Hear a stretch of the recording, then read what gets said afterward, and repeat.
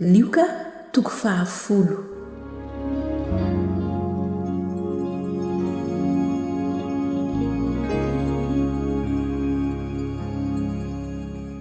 Ny nanirahany Jesosy ny fito-polo lahy hialoha azy.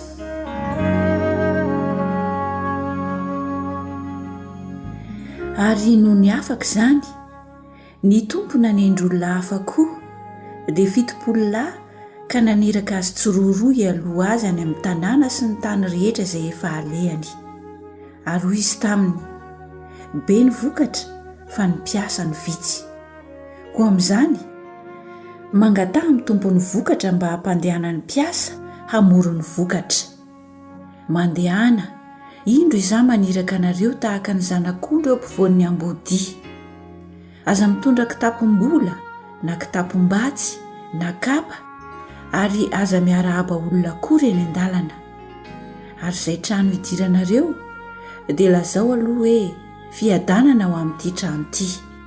Ary raha misy zanaky ny fiadanana ao dia hitoetra ao aminy fiadanana tononinareo, fa raha tsy izany dia hiverina ao aminareo ihany izany. Ary dia mitoera ao amin'izany trano izany, ka mihinana sy misotroa izay zavatra omeny, fa ny mpiasa mendrika azo ny karamany, aza mifindrafindra trano.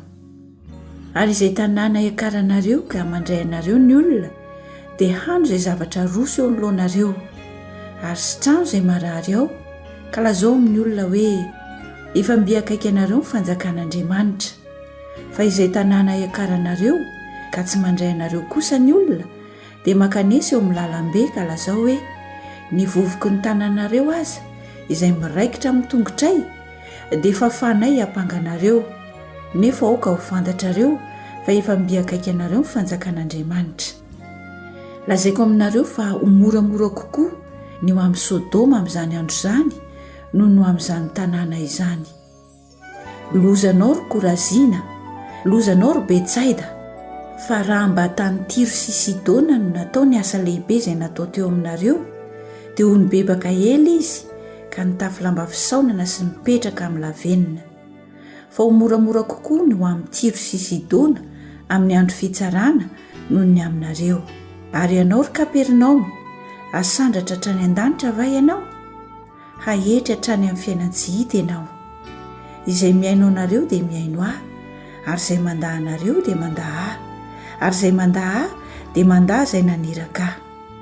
Ary amin'ny fito-polo lahy niverina tamin'ny fifaliana ka nanao hoe, Tompo, na dia ny demoni aza dia manaiky anay noho ny anaranao. Fa hoy Jesosy taminy, izany nahita ny Satana latsaka avy tany an-danitra tahaka ny varatra.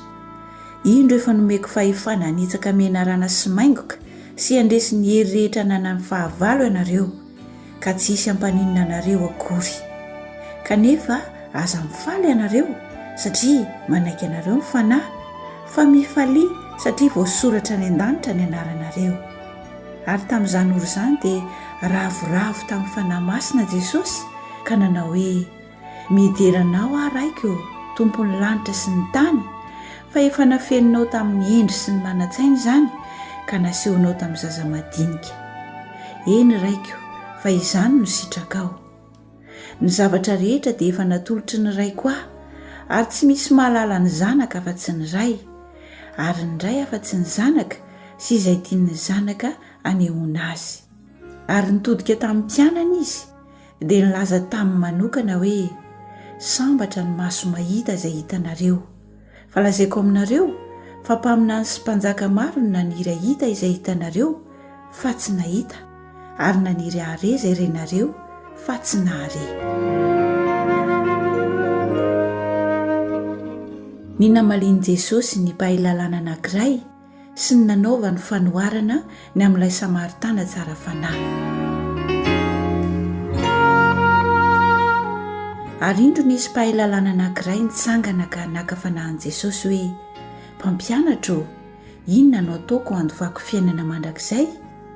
Ary hoy izy taminy, inona no voasoratra ao amin'ny lalàna? Manahoana ny famakinao azy? Ary izy namalika nanao hoe, tiavan'i Jehovah Andriamanitra aho amin'ny fonao rehetra sy ny fanahinao rehetra sy ny herinao rehetra ary ny sainao rehetra. ary tiavany namanao tahaka ny tenanao. Ary hoy Jesosy taminy: marina ny navalinao, ataovy izany dia ho velona ianao. Fa izy tahana marina ny tenany ka nanao tamin'i Jesosy hoe: iza ary ny namako?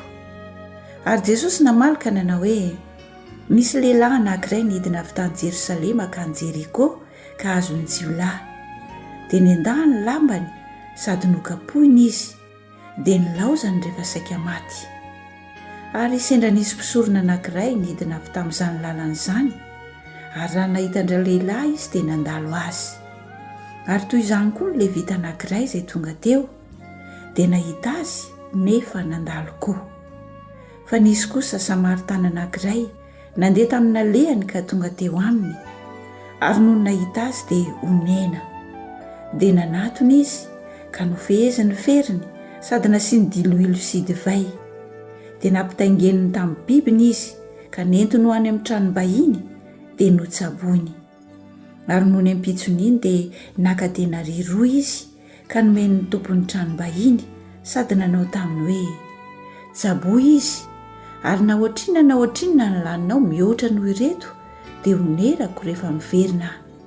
Fa iza moa amin'izy telo lahy no ataonao naman'ilay azony jiolahy? Ary hoy izy ilay niantra azy. Dia hoy Jesosy taminy: mandeha any ianao ka mba manaova toy izany koa.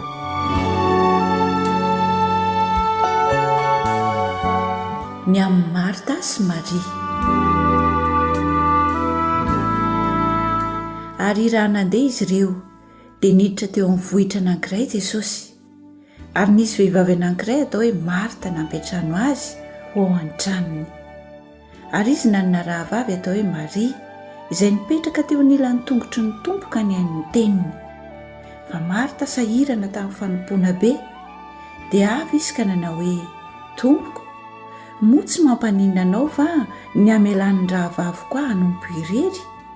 Koa mba asaovy manampy ahy izy.